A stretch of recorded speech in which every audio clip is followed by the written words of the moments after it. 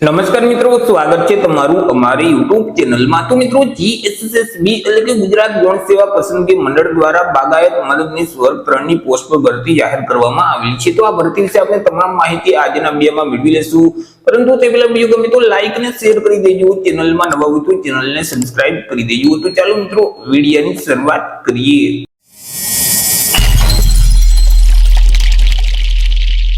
તો મિત્રો, આજે ભરતીનું નોટિફિકેશન છે તે જીએસએસબી એટલે કે ગુજરાત ગૌણ સેવા પસંદગી મંડળ ગાંધીનગર દ્વારા બહાર પાડવામાં આવ્યું છે। જીએસએસબી દ્વારા જે કૃષિ, ખેડૂત કલ્યાણ અને સહકાર વિભાગના જે તાબા હેઠળની બાગાયત નિયામકની જે કચેરી છે તેમાં બાગાયત મદદનીશ વર્ગ 3 ની જે જગ્યાઓ ખાલી છે, તો આ જગ્યાઓ સીધી ભરતીથી ભરવા માટે લાયકાત ધરાવતા ઉમેદવાર પાસેથી અરજી ફોર્મ મંગાવવામાં આવેલા છે। તો સૌથી પહેલા તો આપણે વાત કરી લેશું કંઈક અગત્યની તારીખ વિશે। હવે મિત્રો, આ જે ભરતી છે તેમાં જો તમારે અરજી કરવી હોય તો ઓનલાઈન અરજી ફોર્મ છે તે ભરવાનું રહેશે।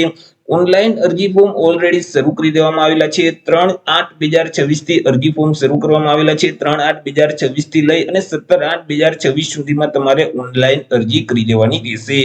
ઓનલાઈન અરજી ફોર્મ જે ઓજાસનું પોર્ટલ છે એટલે કે ojas.gujarat.gov.in નામની જે વેબસાઇટ છે તે વેબસાઇટ ઉપર જઈ અને તમારે 17/8/2026 સુધીમાં ઓનલાઈન અરજી કરવાની રહેશે। જો મિત્રો તમે ઘર બેઠા જ આ ભરતીમાં અરજી ફોર્મ ભરાવવા માંગતા હોય તો અમારા જે WhatsApp નંબર છે 6352228352 આ નંબર પર તમે WhatsApp પર મેસેજ કરશો કે અમારે બાગાયત મદદનીશમાં અરજી ફોર્મ ભરવું છે, તો તમને નજીવી ફી સાથે ઘર બેઠા જ ઓનલાઈન અરજી કરી દેવામાં આવશે। મિત્રો, અહીં ઓનલાઈન અરજી ફોર્મ ભરતી વખતે તમારે ફોટો અને સિગ્નેચર છે તે અપલોડ કરવાના રહેશે કે જેમાં ફોટાનું માપ છે તે 5 સેન્ટીમીટરની ઊંચાઈ અને 3.6 સેન્ટીમીટરની પહોળાઈ હોવી જોઈએ, જ્યારે સિગ્નેચરનું જે માપ છે તે 2.5 સેન્ટીમીટરની ઊંચાઈ અને 7.5 સેન્ટીમીટરની પહોળાઈ હોવી જોઈએ।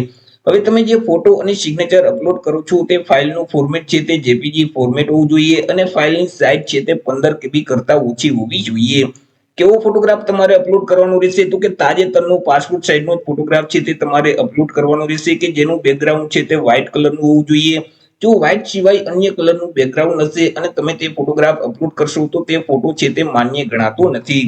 તમે જે ફોટો અપલોડ કરો છો તેની નીચે ફોટો પડાવ્યાની તારીખ છે તે ફરજિયાત લખવાની રહેશે અને આ તારીખ છે તે 1 વર્ષ કરતા વધારે જૂની ન હોવી જોઈએ, એટલે કે 1 વર્ષ કરતા વધારે જૂનો ફોટોગ્રાફ તમારે અપલોડ નથી કરવાનો। તાજેતરનો પાસપોર્ટ સાઇઝનો ફોટોગ્રાફ છે તે તમારે અપલોડ કરવાનો રહેશે।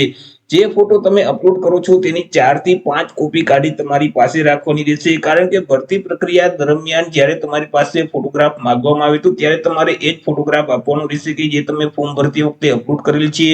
જો તમે અલગ અલગ તબક્કામાં અલગ અલગ ફોટોગ્રાફ તમે આપશો તો તેવા સંજોગોમાં તમારી જે નિમણૂક છે તે રદ થઈ શકે છે। ચર્ચા કરી લઈએ મિત્રો જગ્યા વિશે કે કુલ કેટલી જગ્યા છે અને કેટેગરી મુજબ કેટલી જગ્યા રહેશે। તો કે કુલ 100 જેટલી જગ્યા પર આ ભરતી જાહેર કરવામાં આવી છે। હવે આ જે 100 જગ્યા છે તેમાં 41 જગ્યા છે તે બિન અનામત એટલે કે સામાન્ય વર્ગના ઉમેદવાર માટે રહેશે। 41 જગ્યામાંથી 13 જગ્યા છે તે મહિલા માટે અનામત રહેશે। ઈડબ્લ્યુએસ એટલે કે આર્થિક રીતે નબળા વર્ગના જે ઉમેદવાર છે તેના માટે 10 જગ્યા છે। 10 માંથી 3 જગ્યા મહિલા માટે અનામત રહેશે। સામાજિક અને શૈક્ષણિક રીતે પછાત વર્ગના જે ઉમેદવાર છે તેના માટે 27 જગ્યા છે। 27 માંથી 8 જગ્યા મહિલા માટે અનામત રહેશે। એસસી એટલે કે અનુસૂચિત જાતિના ઉમેદવાર માટે 7 જગ્યા છે। 7 માંથી 2 જગ્યા મહિલા માટે અનામત રહેશે, જ્યારે એસટી એટલે કે અનુસૂચિત જનજાતિના ઉમેદવાર માટે 15 જગ્યા છે। 15 માંથી 4 જગ્યા મહિલા માટે અનામત રહેશે। આવી રીતે કુલ 100 જેટલી જગ્યા પર આ ભરતી જાહેર કરવામાં આવેલી છે। આ જે 100 જગ્યા છે તેમાંથી 4 જગ્યા દિવ્યાંગ અનામત રહેશે, જ્યારે 10 જગ્યા છે તે માજી સૈનિક માટે અનામત રહેશે। હવે જે ઉમેદવાર એસસીબીસી એટલે કે સામાજિક અને શૈક્ષણિક રીતે પછાત વર્ગના જે ઉમેદવાર છે તો તેઓએ નોન ક્રિમિનલ સર્ટિફિકેટ છે તે આપવાનું રહેશે। હવે આ જે નોન ક્રિમિનલ સર્ટિફિકેટ છે તે કઈ તારીખથી કઈ તારીખ સુધીનું માન્ય ગણાશે તો કે તમારી પાસે રાજ્ય સરકારની નોકરી માટેનું જો નોન ક્રિમિનલ સર્ટિફિકેટ હોય એટલે કે ગુજરાતી ભાષાનું સર્ટિફિકેટ હશે તો તે સર્ટિફિકેટ તમે 1/4/2024 થી લઈ અને અરજી ફોર્મ ભરવાની જે છેલ્લી તારીખ છે 17/8/2026 આ સમયગાળા દરમિયાન તમે તે સર્ટિફિકેટ મેળવેલ હશે તો તે માન્ય ગણવામાં આવશે। પરંતુ કેન્દ્ર સરકારની નોકરી માટેનું જો તમારી પાસે નોન ક્રિમિનલ સર્ટિફિકેટ હોય એટલે કે ઇંગ્લિશ ભાષાનું સર્ટિફિકેટ હશે તો તે સર્ટિફિકેટ 1/4/2026 થી લઈ અને અરજી ફોર્મ ભરવાની જે છેલ્લી તારીખ છે 17/8/2026 આ સમયગાળા દરમિયાન તમે તે સર્ટિફિકેટ મેળવેલ હશે તો તે માન્ય ગણાશે। એવી રીતે જે ઈડબ્લ્યુએસ એટલે કે આર્થિક રીતે નબળા વર્ગના જે ઉમેદવાર છે તો તેઓએ ઈડબ્લ્યુએસ નું સર્ટિફિકેટ આપવાનું રહેશે। હવે તમારી પાસે જો રાજ્ય સરકારની નોકરી માટેનું ઈડબ્લ્યુએસ નું સર્ટિફિકેટ હશે તો તે સર્ટિફિકેટ 18/8/2024 થી લઈ અને 17/8/2026 ના સમયગાળા દરમિયાન મેળવી લેશે તો તે માન્ય ગણાશે। પરંતુ કેન્દ્ર સરકારની નોકરી માટેનું જો તમારી પાસે ઈડબ્લ્યુએસ નું સર્ટિફિકેટ હશે તો 1/4/2026 થી લઈ અને 17/8/2024 સુધીમાં તમે આ સર્ટિફિકેટ મેળવી લેશે તો તે સર્ટિફિકેટ માન્ય ગણવામાં આવશે। વાત કરી લઈએ મિત્રો પે સ્કેલ એટલે કે પગાર ધોરણ વિશે કે ઉમેદવારોને કયા પગાર ધોરણ મુજબ પગાર આપવામાં આવશે તો ઉમેદવારોને પ્રથમ 5 વર્ષ સુધી તો ફિક્સ પગાર છે તે મળવા પાત્ર થશે। દર મહિને ₹26,000 ફિક્સ પગાર છે તે આપવામાં આવશે। 5 વર્ષ પૂરા થઈ જશે એટલે પે મેટ્રિક લેવલ 4 મુજબ ઉમેદવારોને પગાર છે તે આપવામાં આવશે એટલે કે ₹25,500 થી લઈ અને 81,100 નું જે પગાર ધોરણ છે તે મુજબ ઉમેદવારોને પગાર આપવામાં આવશે। અહીં મિત્રો જે પગાર ધોરણ દર્શાવેલ છે તેમાં ભૂલ છે, ટાઈપિંગ ભૂલ છે। અહીં જે લેવલ 4 છે તે 25,500 થી લઈ અને 81,100 નું પગાર ધોરણ છે તે લાગુ પડે છે તે મુજબ ઉમેદવારોને પગાર આપવામાં આવશે। વાત કરી લઈએ મિત્રો એજ લિમિટ એટલે કે વય મર્યાદા વિશે કે અરજી ફોર્મ ભરવા માટે ઉમેદવારની ઉંમર છે તે કેટલી હોવી જોઈએ તો કે ઉમેદવારોએ પોતાની જે ઉંમરની ગણતરી છે તે અરજી ફોર્મ ભરવાની છેલ્લી તારીખ છે 17/8/2024 તે તારીખને ધ્યાનમાં રાખી કરવાની રહેશે।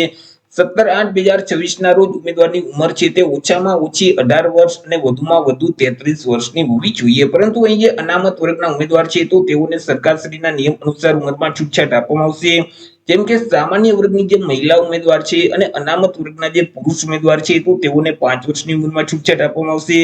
અનામત વર્ગની જે મહિલા ઉમેદવાર છે અને સામાન્ય વર્ગના દિવ્યાંગતા ધરાવતા પુરુષ ઉમેદવાર છે તો તેઓને 10 વર્ષની ઉંમરમાં છૂટછાટ આપવામાં આવશે।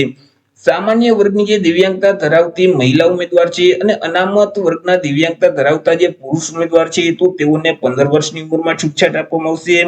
અનામત વર્ગની જે દિવ્યાંગતા ધરાવતી મહિલા ઉમેદવાર છે તો તેઓને 20 વર્ષની ઉંમરમાં છૂટછાટ આપવામાં આવશે। માજી સૈનિક છે તો તેઓએ જે સંરક્ષણ સેવા બજાવેલ છે તે ઉપરાંત ઉંમરમાં 3 વર્ષની છૂટછાટ છે તે મળવાપાત્ર થશે। પરંતુ અહીં કોઈ પણ સંજોગોમાં ઉમેદવારની ઉંમર છે તે 45 વર્ષ કરતા વધવી ન જોઈએ। જો ઉમેદવારની ઉંમર 45 વર્ષ કરતા વધી જતી હશે તો તેવા સંજોગોમાં તેઓને ઉંમરમાં છૂટછાટ આપવામાં આવતી નથી। વાત કરી લઈએ એજ્યુકેશન ક્વોલિફિકેશન એટલે કે શૈક્ષણિક લાયકાત વિશે કે અરજી ફોર્મ ભરવા માટે ઉમેદવારની શૈક્ષણિક લાયકાત છે તે કેટલી હોવી જોઈએ તો કે ઉમેદવારોએ કોઈ પણ એગ્રીકલ્ચર અથવા તો હોર્ટિકલ્ચર યુનિવર્સિટીમાંથી ડિપ્લોમા ઇન હોર્ટિકલ્ચરનો કોર્સ છે તે પાસ કરેલ હોવો જોઈએ।